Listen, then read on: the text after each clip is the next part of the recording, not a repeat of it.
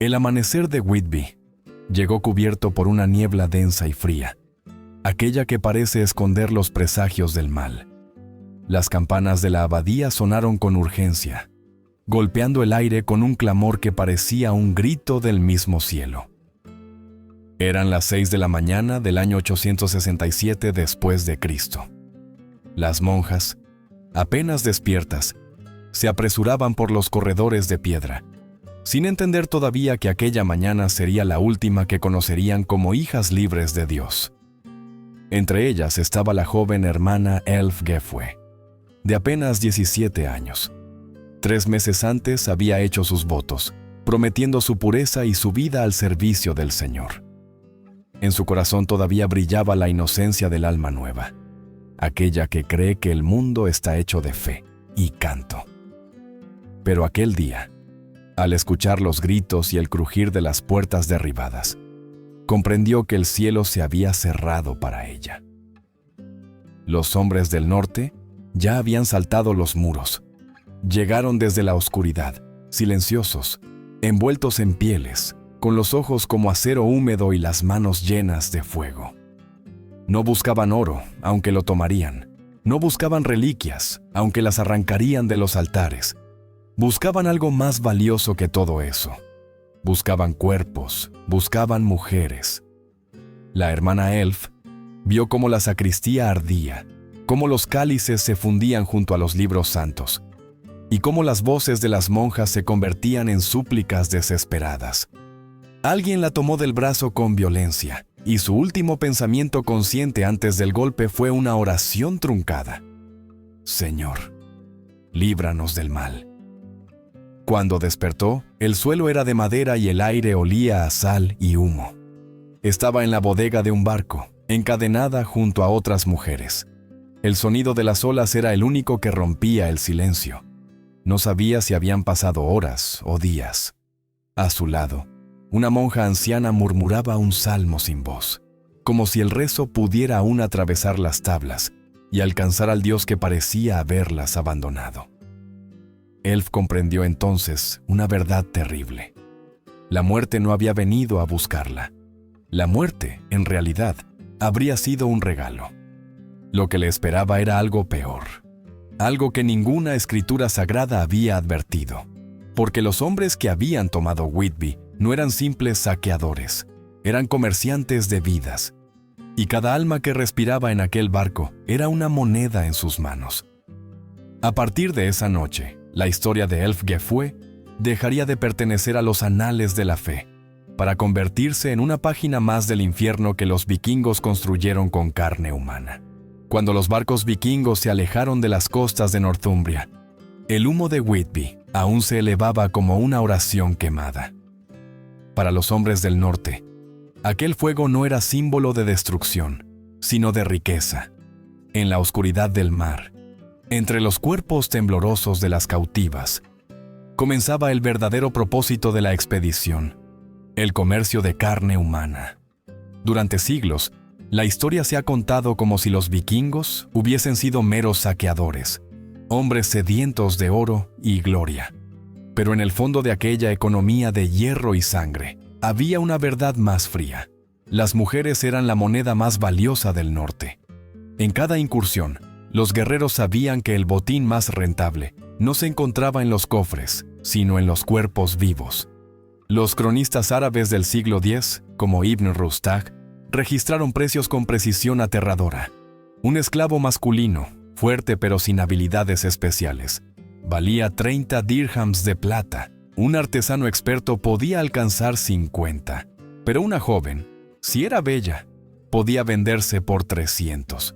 Y si era virgen, noble o sabía leer y escribir, su precio ascendía a 1000 dirhams, una fortuna que un guerrero común jamás vería en toda su vida. Esa aritmética del horror transformó el saqueo en un negocio. Ya no se trataba de irrumpir al azar en pueblos costeros. Los líderes vikingos planeaban sus ataques con la precisión de un mercader. Sabían qué conventos albergaban doncellas nobles, qué fechas se celebraban bodas o festivales religiosos.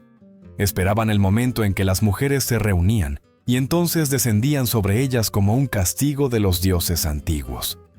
Los monasterios y conventos eran los lugares más codiciados.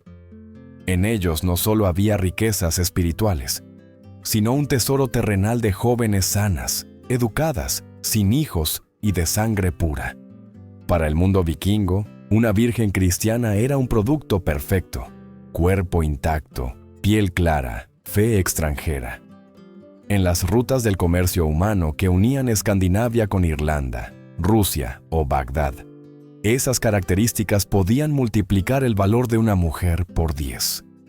Las prisioneras eran clasificadas incluso antes de zarpar.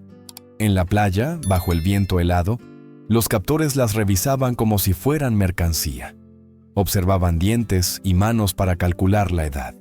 Las tocaban para determinar si eran madres. Les pedían cantar o tejer, porque cada habilidad añadía valor. Y cuando una se resistía, la respuesta era simple: un golpe, un grito y el silencio. Las crónicas cuentan que las más jóvenes eran separadas de inmediato y colocadas en la parte más protegida del barco. No por compasión, sino por cálculo. Un embarazo o una herida podían disminuir su precio.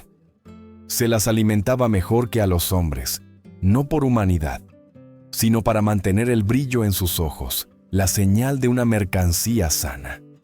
Todo se hacía con una precisión enfermiza, porque cada cuerpo representaba plata, poder y prestigio. Los mercados vikingos se extendían por todo el norte: Hedeby, Birka, Kaupang y sobre todo Dublín, que se convirtió en el mayor centro de trata de Europa occidental. Allí llegaban los barcos cargados de personas como si fueran trigo o pieles. Las mujeres eran bajadas, examinadas y marcadas. Los comerciantes negociaban en voz alta, discutiendo el valor de una sonrisa o la anchura de las caderas, como si debatieran sobre el precio de un caballo. Una muchacha de Irlanda podía ser vendida 3 o 4 veces antes de llegar a su destino final. Primero en Dublín, luego en York, después en Dinamarca y finalmente en las rutas del este, hacia Novgorod o Constantinopla. En cada transacción, su precio aumentaba, pero su esperanza disminuía. Al final, el oro se acumulaba en los bolsillos de los mercaderes, mientras la mujer perdía no solo su libertad, sino también su nombre, su idioma y su fe. El comercio de esclavas no era una sombra oculta de la cultura vikinga, era su columna vertebral. Los mismos barcos que hoy se admiran en los museos, con sus velas rojas y cabezas de dragón, fueron financiados con la venta de mujeres. Las mismas ciudades que prosperaron por el comercio marítimo se edificaron sobre el trabajo forzado y el sufrimiento ajeno. Cuando Sister Elfgefue llegó a Noruega tras semanas en la oscuridad, ya no era una persona, sino una propiedad. Su valor había sido calculado, su destino decidido. Los hombres que la vigilaban no veían en ella una hija de Dios, sino una inversión. Detrás de cada sonrisa de un comerciante nórdico se escondía una ecuación: una vida por una moneda, un alma por un imperio. Así comenzó el negocio más rentable de la era vikinga: el tráfico de seres humanos. No fueron los dioses quienes bendijeron sus conquistas, sino la economía de la desesperación. Las lágrimas de las mujeres capturadas se convirtieron en el combustible invisible que movía las naves y construía los reinos del norte. El barco avanzaba sobre el mar gris del norte como una bestia silenciosa. En su vientre de madera, las mujeres se amontonaban entre cadenas, oscuridad y miedo. El aire estaba cargado de sal, sudor y desesperanza. Ninguna sabía hacia dónde las llevaban, solo que el mundo que conocían había terminado. Sister Elfgefue mantenía los ojos cerrados, repitiendo oraciones en voz baja. Cada palabra era un hilo delgado que la unía a su antigua vida. A su alrededor, las demás murmuraban nombres de santos o de hijos que quizá ya estaban muertos. Algunas gemían, otras permanecían inmóviles, como si el alma se les hubiera escapado con el humo de Whitby. Las guardias vikingas pasaban entre ellas con antorchas. Su luz revelaba rostros desfigurados por el llanto, cuerpos cubiertos de moretones, manos temblorosas sujetando las cadenas como si pudieran romperlas con fe. Las más jóvenes recibían miradas más largas, evaluadoras, frías. Los hombres no veían mujeres, veían plata. El viaje duró semanas. A veces, la tormenta golpeaba el barco con tal fuerza que las cautivas creían oír a Dios castigando a los paganos. Pero el mar no distinguía entre culpables e inocentes. Cuando el viento rugía, las cadenas se golpeaban como campanas del infierno. Algunas mujeres rezaban por sobrevivir, otras por morir antes de llegar. En los primeros días, las más débiles eran lanzadas al agua. Una de ellas, una monja llamada Hilda, se negó a comer y dejó de respirar. El capitán ordenó que su cuerpo fuera arrojado al mar. El sonido del cuerpo al caer fue seco, sin ceremonia. Para los vikingos, la muerte era solo pérdida de mercancía. Los captores cuidaban a las mujeres no por piedad, sino por negocio. Las alimentaban con pan duro y agua salada, lo justo para mantenerlas vivas. Las heridas se trataban con aceite o hierbas, no por compasión, sino para evitar que las cicatrices redujeran el precio. A veces les hablaban en su lengua extraña, pero solo para dar órdenes. Una palabra incomprendida bastaba para un golpe. Al llegar a la costa noruega, el aire helado del norte cortaba la piel como cuchillo. Las mujeres fueron desembarcadas en silencio. Algunas ya no podían caminar. Los vikingos las sacaron una por una, observando dientes, manos, piel. Cada detalle era una cifra en su mente. Las que aún conservaban algo de belleza eran separadas. Las otras, las enfermas, eran marcadas para trabajo forzado. A partir de ese instante, dejaron de ser humanas. En los registros nórdicos existía una palabra para ellas: thrall, esclava, propiedad, cosa. En Islandia, 1 de cada 3 habitantes pertenecía a esta categoría. Una mujer podía ser golpeada, vendida o asesinada sin que nadie respondiera por ello. Si alguien la hería, la compensación se pagaba al dueño, no a ella. La ley la reconocía solo como objeto. Sister Elf, que había sido educada para servir a Dios, fue ofrecida como ofrenda a un señor local. Le cambiaron el nombre por Freydis, como si así pudieran borrar su pasado. Pero el cambio de nombre era solo el comienzo. A partir de ese día, debía hablar en una lengua que no entendía, obedecer sin preguntar y servir sin esperanza. Las mujeres fueron divididas por su utilidad. Las que sabían hilar lana, las que podían leer, las que tenían fuerza para los campos, y las más jóvenes, que serían destinadas a la casa del Señor. La clasificación era tan exacta como cruel. En aquel mundo, cada habilidad era una cadena más, cada virtud, una condena. El viaje de Whitby a Noruega no había sido solo una travesía marítima, sino un descenso al infierno. Un infierno sin fuego, donde las almas no eran castigadas por sus pecados, sino por el pecado ajeno del poder. Y mientras el sol del norte se ocultaba tras las montañas, Sister Elf comprendió que su fe sería puesta a prueba no por los demonios, sino por los hombres. En las tierras del norte, los inviernos eran largos y crueles. Para las esclavas, cada amanecer era una condena repetida. Cuando el primer rayo de luz apenas tocaba los tejados cubiertos de escarcha, ya estaban de pie, encendiendo los fuegos que mantenían con vida a toda la casa. Si la llama se apagaba, el castigo era inmediato: un golpe, una herida, una marca más en la piel. Las mujeres no eran personas, eran herramientas que no podían fallar. Sister Elf, ahora llamada Freydis, aprendió rápidamente lo que significaba vivir sin nombre. Su jornada comenzaba antes del amanecer y terminaba cuando la oscuridad la cubría de nuevo.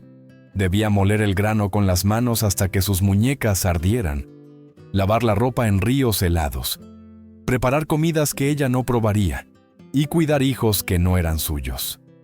En la casa del Señor, los hombres comían primero, las esclavas comían las sobras, si quedaba algo. La ley del norte era clara.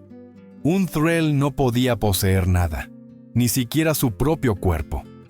Si caía enferma, era tratada con hierbas solo para poder trabajar de nuevo. Si se rompía una mano o una pierna, era reemplazada sin piedad. Los vikingos veían el dolor como parte natural del orden del mundo. La compasión era un lujo que no se concedía a quienes no eran libres. El abuso no se limitaba al trabajo. En las largas noches de invierno, cuando la nieve cubría las puertas y el viento aullaba como un animal, los hombres buscaban calor en los cuerpos que poseían. Las esclavas eran llamadas al lecho del amo o de sus hijos, sin derecho a negarse. En las sagas nórdicas, este acto ni siquiera se describía como crimen. Se mencionaba con indiferencia, como una costumbre cotidiana. La violencia se había convertido en costumbre, y la costumbre en silencio. Los hijos nacidos de esos encuentros ocupaban un lugar incierto. Si el amo reconocía al niño, debía pagar una compensación a sí mismo por la pérdida de propiedad. Si no lo hacía, el niño crecía como esclavo, sirviendo a los hijos libres de su propio padre. En las casas vikingas, hermanos de sangre vivían separados por la ley, unos con nombres y derechos, otros con cadenas invisibles. Esa división corrompía la vida de todos, incluso de los libres. Las mujeres más jóvenes eran marcadas para servir en la sala principal, donde se recibían visitantes y se ofrecía hospitalidad. Allí, las esclavas no solo servían comida y bebida, también eran ofrecidas como entretenimiento. Cuando llegaban invitados, el señor podía ofrecerles una de sus esclavas como muestra de generosidad. Negarse era una ofensa grave, tanto para el huésped como para la víctima, y así, la humillación se convertía en ceremonia, parte del tejido social que sostenía el honor masculino.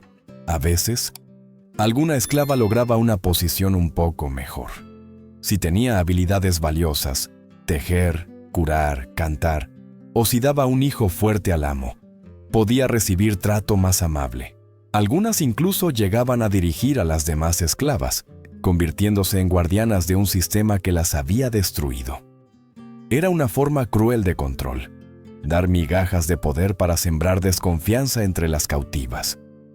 En aquel infierno, la solidaridad era un lujo que se pagaba con sangre. Los años pasaban sin que el tiempo tuviera sentido. Freydis ya no recordaba el sonido de las campanas de Whitby ni el color de los campos ingleses. La memoria de su vida anterior se deshacía como hilo en agua helada, pero en lo más profundo, una chispa persistía. Por las noches, mientras las demás dormían, ella rezaba en voz tan baja que solo el viento podía oírla. No rezaba por libertad, sino por memoria, porque sabía que olvidar era morir del todo. A veces, en medio de los quehaceres, las mujeres cruzaban miradas breves, gestos casi invisibles. Un trozo de pan compartido, una palabra en latín susurrada al pasar, un rezo escondido en una canción. Eran actos diminutos, pero en ellos vivía la resistencia. En una sociedad que las trataba como animales, seguir recordando que eran humanas era un desafío silencioso, casi sagrado. En los muros de piedra de las granjas, el frío no era el peor enemigo, sino el aislamiento. Los amos sabían que las esclavas podían rebelarse si se unían, así que las cambiaban constantemente de casa. Ninguna permanecía mucho tiempo en el mismo lugar. Las separaban de sus hijos, de sus hermanas, de sus amigas. Cada traslado era una nueva muerte. La desolación era parte del método, destruir los lazos para quebrar el alma. Y sin embargo, algunas sobrevivían. Algunas aprendían la lengua de sus dueños y la usaban en su contra. Algunas fingían obediencia mientras escondían pequeños trozos de su fe. Un crucifijo tallado en hueso, una palabra latina grabada en la madera. Eran señales que nadie más entendía, pero que decían, todavía existo. Así era la vida de las esclavas vikingas, una rutina de obediencia y miedo, un universo donde la voluntad humana se medía en silencios. El sol nacía cada día sobre ellas, pero ya no iluminaba sus rostros, solo sus sombras. A mediados del siglo IX, Dublín no era una ciudad como las demás. Fundada por los vikingos sobre las ruinas de un antiguo asentamiento celta, se había convertido en el corazón palpitante del comercio más oscuro de Europa: el tráfico de esclavos.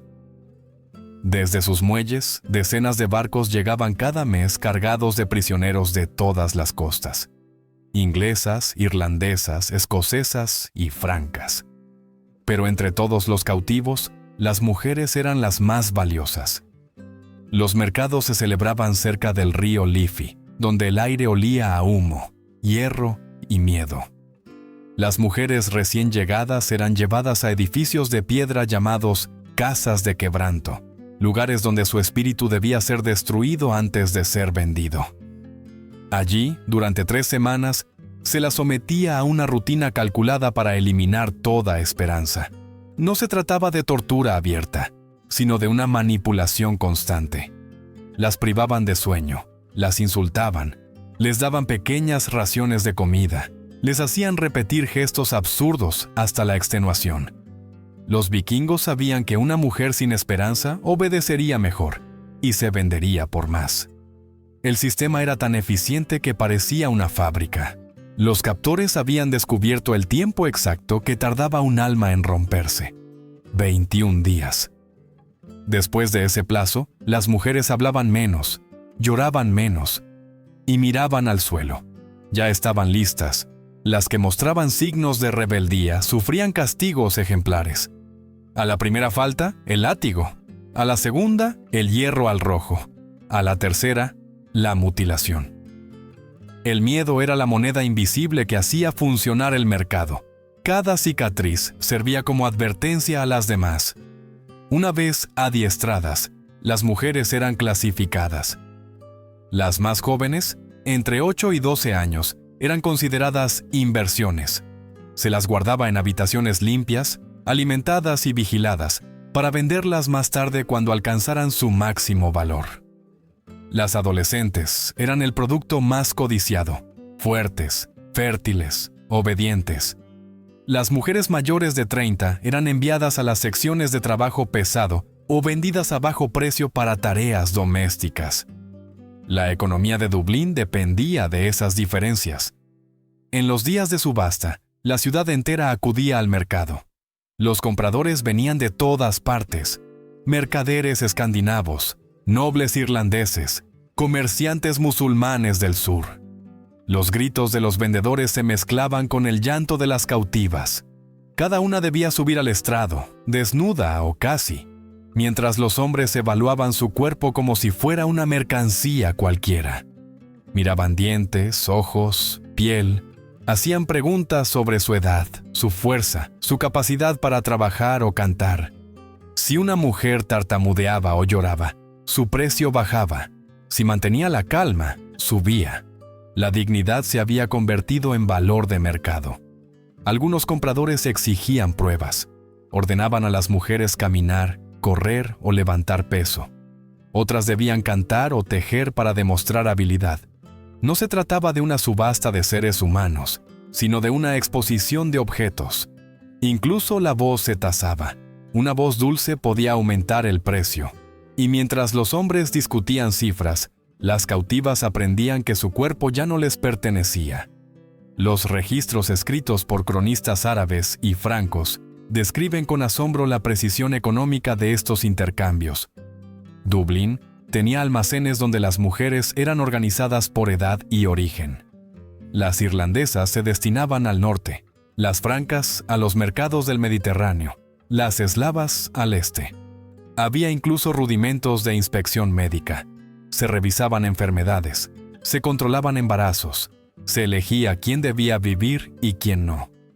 El cuerpo femenino era tratado como una inversión que debía rendir beneficios. El comercio no terminaba con la venta. Muchas mujeres eran revendidas varias veces. De Dublín partían hacia York, luego a Dinamarca, y más tarde hacia Novgorod o Constantinopla. Algunas llegaban incluso a Bagdad, donde las rubias eran consideradas exóticas y se pagaban a precios astronómicos. En cada etapa, los comerciantes añadían su ganancia, mientras la vida de la mujer se desvanecía un poco más. En las tabernas de Dublín, los hombres se jactaban de sus ganancias. Hablaban de las cautivas como de animales, La monja inglesa me dio buen dinero. La celta canta bien. Valdrá más en verano. Las risas llenaban el aire, ignorando que bajo sus pies, en las celdas húmedas, cientos de mujeres esperaban su turno para ser vendidas. Una de ellas era Freydis, la antigua hermana Elf, que había sobrevivido a semanas de viaje solo para descubrir que su vida tenía un precio exacto: 180 piezas de plata. Fue comprada por un comerciante noruego que planeaba revenderla en su tierra. Mientras la encadenaban de nuevo, ella miró al cielo gris de Irlanda y pensó que ni siquiera el cielo la reconocía ya. Así funcionaba el sistema de Dublín: convertir la fe en mercancía, el cuerpo en contrato y el alma en silencio. Cada barco que zarpaba de aquel puerto llevaba más que seres humanos, llevaba el testimonio de una civilización que hizo del dolor un negocio. Cuando las naves regresaban al norte, las mujeres que sobrevivían ya no eran las mismas que habían sido capturadas. Algunas habían dejado de llorar, otras de hablar, y las más fuertes simplemente habían aprendido a no sentir. El silencio era su única defensa. En cuanto el barco atracaba en los puertos de Noruega o Islandia, comenzaba un proceso todavía más cruel que la esclavitud física: el robo del alma. El primer paso era el nombre. Los captores sabían que borrar el nombre era borrar la memoria. Una vez vendido el cuerpo, se le asignaba a cada mujer un nombre nuevo, corto, nórdico, fácil de pronunciar: Freydis, Asa, Svanhild. Nombres que no evocaban familia ni fe, sino pertenencia. Aquello significaba el fin de todo vínculo con su pasado. Si alguna pronunciaba su nombre original, recibía un golpe o un castigo. Con el tiempo, las cautivas mismas olvidaban cómo se habían llamado, y con ese olvido moría lo último que las conectaba con su antigua vida. Después, venía la lengua. Se les prohibía hablar su idioma natal. Cualquier palabra en inglés, irlandés o latín se castigaba con hambre o violencia. En las granjas y casas vikingas, las esclavas solo podían hablar el idioma de sus dueños. Quienes no lo entendían eran castigadas por desobediencia, aunque lo único que hacían era no comprender. Poco a poco, el nuevo idioma reemplazaba al antiguo, y con él, su forma de pensar. Lo que no podía nombrarse dejaba de existir. También se les imponía una nueva religión. Las cristianas eran obligadas a participar en rituales paganos, a comer carne de caballo consagrada a los dioses nórdicos, a brindar con hidromiel ante las imágenes de Thor y Freyja. Las monjas eran las más castigadas, porque su fe era símbolo del enemigo. Algunas eran obligadas a bailar desnudas en las celebraciones del solsticio, otras a realizar tareas profanas en templos paganos. Los amos las llamaban ofrendas humanas vivas, trofeos de la victoria de sus dioses sobre el dios cristiano. La transformación no terminaba ahí. Los vestidos, símbolos de identidad y pureza, eran quemados el primer día. En su lugar, se les daba una túnica áspera de lana sin teñir, idéntica para todas. Las joyas, los rosarios y los crucifijos eran arrancados y fundidos. El cuerpo debía reflejar la nueva condición: propiedad sin rostro. La desnudez forzada en los mercados se transformaba en uniformidad forzada en la servidumbre. Una de las cautivas, Melkorka, princesa irlandesa según los relatos, fue sometida a este proceso. Capturada durante una incursión en su aldea, había sido vendida en Dublín y llevada a Noruega. Allí sus captores la rebautizaron con un nombre nórdico y la obligaron a servir en la casa de un comerciante. A pesar del miedo, Melkorka guardaba en secreto una pequeña cruz tallada en hueso, escondida bajo el suelo donde dormía. Cada noche la tocaba, no para pedir ayuda, sino para recordar quién era. En una tierra donde todo se olvidaba, recordar era un acto de rebelión. El aislamiento era parte del método. Las mujeres eran separadas según su origen para evitar que se comunicaran entre sí. Los niños nacidos de esclavas aprendían solo la lengua de los dueños, y pronto no podían entender a sus propias madres. Así, la distancia entre generaciones se volvía una herramienta de control. Las madres quedaban solas, incapaces de hablar con sus hijos, viendo cómo el mundo nórdico los moldeaba mientras su cultura desaparecía en silencio. En las largas noches de invierno, algunas mujeres susurraban canciones en su lengua original, cuando creían que nadie las escuchaba. Era su única manera de mantenerse vivas por dentro. Pero si un amo las oía, las castigaba. Los cronistas dicen que el sonido más temido por los vikingos no era el de una espada, sino el de una esclava cantando en una lengua que ellos no comprendían. El eco de un mundo que no lograban destruir del todo. Así se completaba el robo del alma. Primero el nombre, luego la lengua, la fe, los recuerdos y finalmente la voz. Lo único que quedaba era el cuerpo, obediente y silencioso, convertido en una sombra útil para los hombres del norte. Entre todas las mujeres que sufrieron el destino de la esclavitud, ninguna fue tratada con tanta crueldad simbólica como las monjas. Para los vikingos, su captura no solo representaba riqueza, sino también una victoria sobre el dios de los hombres del sur. Cada monja era un trofeo religioso, una prueba viva de que los dioses nórdicos habían vencido al Cristo crucificado. Cuando los ejércitos del norte irrumpían en los conventos, lo hacían con una precisión que no dejaba lugar al azar. No buscaban oro ni reliquias, aunque se las llevaban. Buscaban mujeres jóvenes, de noble origen, educadas, vírgenes. En la economía del tráfico humano, aquellas cualidades eran más valiosas que cualquier tesoro. Los conventos eran como colmenas de pureza donde los vikingos encontraban, en un solo golpe, lo que en otras aldeas debían buscar durante semanas. El relato más terrible fue el de Coldingham, en el que las religiosas, dirigidas por su abadesa Eve, comprendieron que su destino sería peor que la muerte. Para impedir que los vikingos las usaran como mercancía, se mutilaron el rostro, se cortaron la nariz y los labios, transformando su belleza en una máscara de sangre. Cuando los invasores las encontraron, enfurecidos por haber perdido el botín más valioso, incendiaron el convento con todas ellas dentro.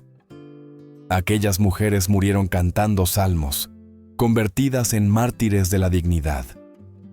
El impacto de aquel acto recorrió Europa. Las crónicas lo contaron como ejemplo de fe, pero también como advertencia. Las mujeres santas preferían la muerte antes que el ultraje. Sin embargo, en los puertos del norte, los captores comenzaron a ver a las monjas como mercancía aún más preciada. En los mercados musulmanes del Mediterráneo y Oriente Medio, las vírgenes cristianas, especialmente si eran monjas, se pagaban a precios altísimos. Eran consideradas raras, exóticas, símbolo de poder para quienes las poseían. Las historias que sobrevivieron hablan de monjas forzadas a participar en rituales paganos, a enseñar canto o escritura a los hijos de sus captores, a renunciar públicamente a su fe. Algunas eran obligadas a llevar sus hábitos transformados en ropas obscenas, una parodia de su antigua devoción. La humillación era parte del espectáculo, una forma de demostrar que incluso las hijas de Dios podían ser doblegadas. El golpe más profundo no fue físico, sino espiritual. La caída de los conventos significó la pérdida de los centros de conocimiento y caridad más importantes de la Europa cristiana. En aquellos lugares, no solo se rezaba, se enseñaba a leer, se curaba, se escribía. Con cada abadía destruida y cada monja vendida, el norte cristiano perdía una parte de su luz. Los vikingos no solo capturaban cuerpos, sino que arrebataban la sabiduría y la compasión que esos cuerpos representaban. El miedo se extendió por el continente.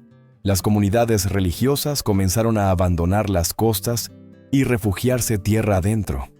La arquitectura monástica cambió. Se levantaron muros más altos, torres de vigilancia, refugios subterráneos. El sonido de las campanas, que antaño anunciaba la oración, se transformó en alarma de peligro. Y aún así, el horror volvía cada año, con los mismos barcos, las mismas antorchas, los mismos gritos.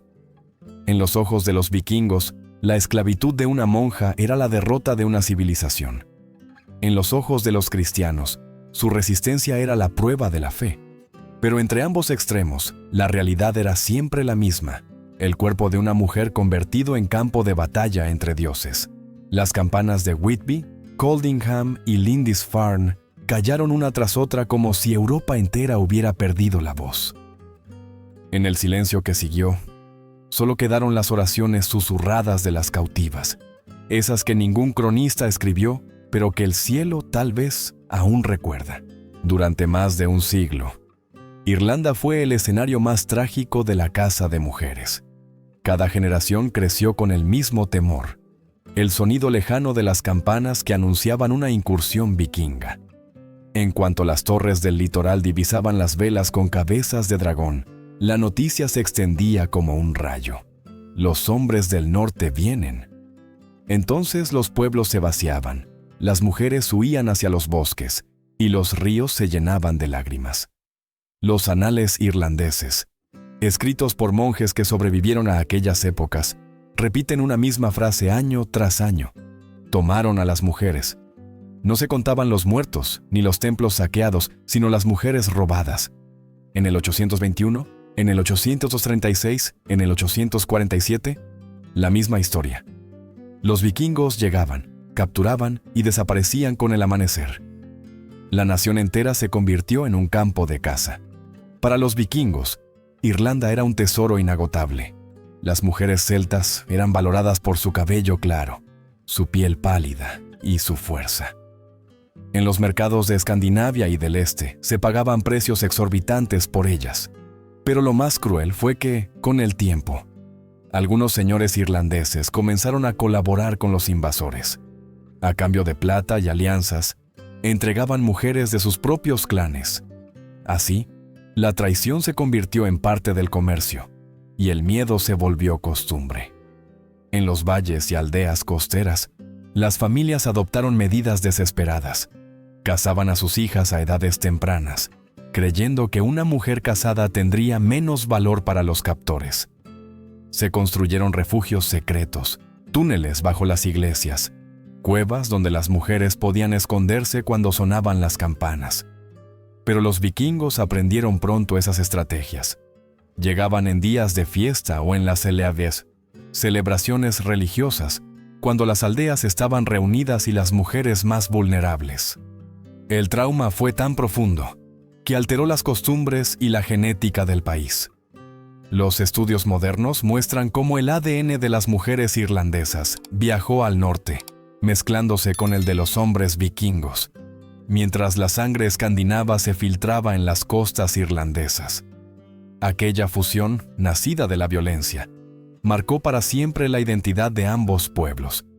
Detrás de cada linaje compartido, se oculta una historia de secuestro, de dolor y de supervivencia. A medida que las incursiones continuaban, el paisaje espiritual de Irlanda cambió.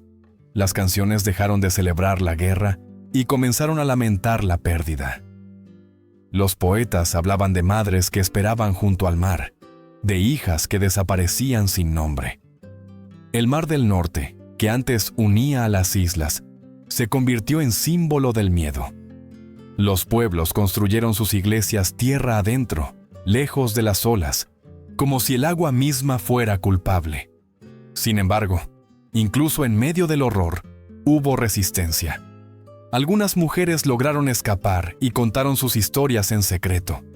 Hablaron de noches interminables, de cadenas, de hambre y silencio, pero también de la fe que no murió.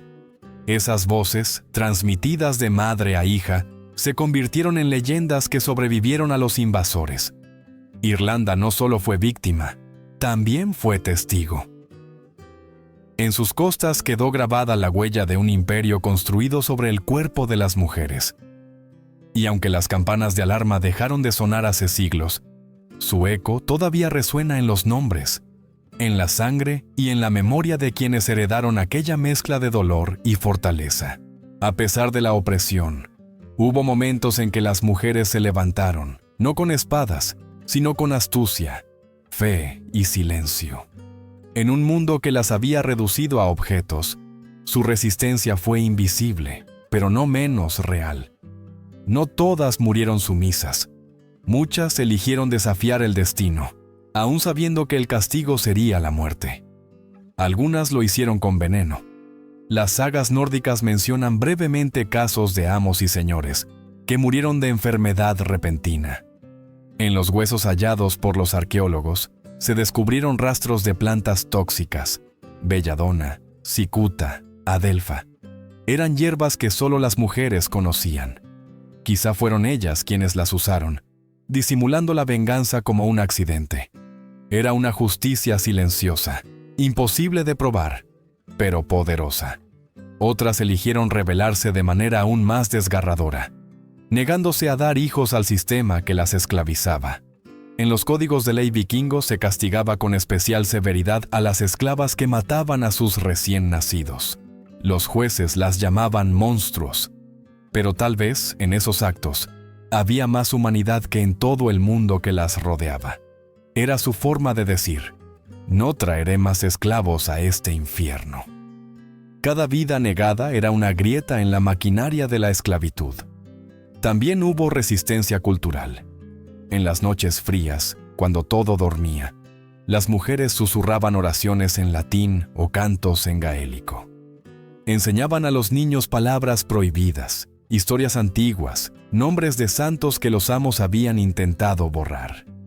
Algunos hijos de vikingos, sin saberlo, crecieron con canciones irlandesas o plegarias cristianas aprendidas de labios de sus madres esclavas. En esos pequeños gestos vivía la semilla de la memoria. A veces, entre las chozas donde dormían las esclavas, los arqueólogos hallaron pequeños objetos escondidos: una piedra con una cruz tallada, un trozo de madera con inscripciones desconocidas, una cuenta de rosario hecha con hueso. Eran amuletos de resistencia, símbolos de identidad enterrados para sobrevivir al olvido. Aquellas manos que no podían escribir su historia dejaron su rastro en silencio, esperando que algún día alguien los encontrara. Hubo también solidaridad entre cautivas. Aunque los amos intentaban separarlas para evitar rebeliones, las mujeres hallaban maneras de cuidarse mutuamente. Compartían pan, escondían a las enfermas o se turnaban para vigilar durante las noches. Algunas fingían obediencia para proteger a las más débiles. En medio de la oscuridad, la compasión fue su forma de revolución. Pero no todas resistieron en vida. Algunas eligieron la muerte como último acto de libertad. Los cuerpos encontrados en ríos, colgados de árboles o enterrados lejos de los poblados cuentan sin palabras la historia de quienes prefirieron dejar este mundo antes que seguir siendo mercancía. En la soledad de esos actos se esconde el coraje más puro, el de quien decide morir siendo persona y no vivir siendo cosa. La historia escrita por los vencedores las llamó thralls, esclavas, sombras, pero en realidad fueron testigos. Su resistencia, invisible en los libros, sobrevivió en la sangre y en las leyendas. Cada canto, cada oración, cada gesto de bondad entre cautivas fue una chispa que los vikingos nunca pudieron apagar. Y aunque sus nombres se perdieron, su espíritu quedó. A veces, el viento que sopla entre los fiordos parece llevar sus voces, sus rezos, sus maldiciones. Y si uno escucha con atención, puede oírlas aún decir: no fuimos olvidadas. Cuando las incursiones cesaron y el norte se convirtió lentamente al cristianismo, el mundo creyó que la pesadilla había terminado. Pero la esclavitud no desapareció, solo cambió de forma. Los thralls se transformaron en siervos. Las cadenas visibles se sustituyeron por deudas y obligaciones. Y los hijos de las cautivas siguieron atados a la tierra de sus dueños. La libertad llegó escrita en pergaminos, pero no en la vida real. Las mujeres que habían sobrevivido a la esclavitud envejecieron en silencio, invisibles en las sagas que glorificaban a sus amos. Los poetas escribieron sobre guerreros, dioses y conquistas, pero no sobre las manos femeninas que tejieron sus túnicas, molieron su pan y criaron a sus hijos. La historia oficial cayó, como si la memoria de ellas amenazara con ensuciar la gloria de los vencedores. Así nació el mito del vikingo heroico, valiente y noble, mientras el eco de las voces rotas se desvanecía entre las páginas que nunca se escribieron. Y sin embargo, su presencia persistió. En la lengua nórdica, las palabras para esclava, ambat, deija, thrall, sobrevivieron durante siglos, escondidas en las raíces de otras palabras que hoy parecen inocentes. En los mapas de Escandinavia, aún se leen nombres de lugares que provienen de la esclavitud: Ambotstorp, Trellestad, Tralhem. Cada uno es una cicatriz del pasado. Los estudios genéticos modernos revelan lo que los cronistas callaron. En Islandia, más del 60% de las mujeres fundadoras tenían origen celta o irlandés, traídas como esclavas. En Noruega, Dinamarca y Suecia, la sangre del sur fluye todavía mezclada con la de los antiguos captores. La herencia biológica del dolor se convirtió en la base de nuevas naciones. Sin ellas, sin aquellas mujeres arrancadas de sus tierras, no existiría la Escandinavia moderna. Con el paso de los siglos, la fe cristiana se impuso, y los mismos templos que antes habían sido saqueados comenzaron a predicar el perdón. Pero el perdón nunca vino acompañado de justicia. Nadie pidió cuentas por los miles de cuerpos vendidos, por las generaciones de mujeres convertidas en propiedad. La Iglesia silenció su culpa, y los reinos del norte edificaron su prosperidad sobre ese olvido. En los museos actuales, los barcos vikingos se exhiben bajo luces suaves, como símbolos de audacia y exploración. Rara vez se menciona que esas mismas embarcaciones transportaron seres humanos encadenados. Los visitantes admiran las espadas, las joyas, las runas, sin saber que detrás de cada objeto hay una historia de sufrimiento. El turismo celebra lo que la memoria debería lamentar. Pero el pasado nunca muere del todo. En los cementerios medievales se han encontrado tumbas de mujeres enterradas lejos de sus familias, con objetos extranjeros, signos de fe cristiana mezclados con símbolos nórdicos. Eran las hijas de la esclavitud, las que sobrevivieron lo suficiente para dejar descendencia, y tal vez una oración en la piedra. El legado de aquellas mujeres no está en los libros, sino en los silencios que aún pesan sobre la historia. Su tragedia no fue solo haber sido capturadas, sino haber sido olvidadas. Sin embargo, cada descubrimiento arqueológico, cada estudio genético, cada poema recuperado las hace renacer un poco. Porque mientras alguien recuerde sus nombres, aunque sean inventados, como el de Sister Elfgefur, su historia seguirá viva. Hoy, más de 1000 años después, las campanas de Whitby son solo ruinas frente al mar. Pero si uno escucha el viento, parece oír todavía aquel repique desesperado, el mismo que sonó cuando los barcos del norte llegaron. Es un recordatorio eterno de lo que ocurre cuando el poder y la codicia convierten a las personas en mercancía. La historia de las mujeres cautivas de los vikingos no es solo un relato del pasado. Es un espejo en el que la humanidad aún puede reconocerse. Porque cada vez que la violencia y la injusticia se repiten, sus sombras vuelven a alzarse. Y mientras exista alguien dispuesto a contarlo, su sufrimiento no será en vano. Si este relato te conmovió, comparte tu reflexión en los comentarios. ¿Qué piensas tú sobre el poder, la violencia y la injusticia que aún persisten en el mundo? Tu voz puede ser parte de la memoria que ellas nunca tuvieron.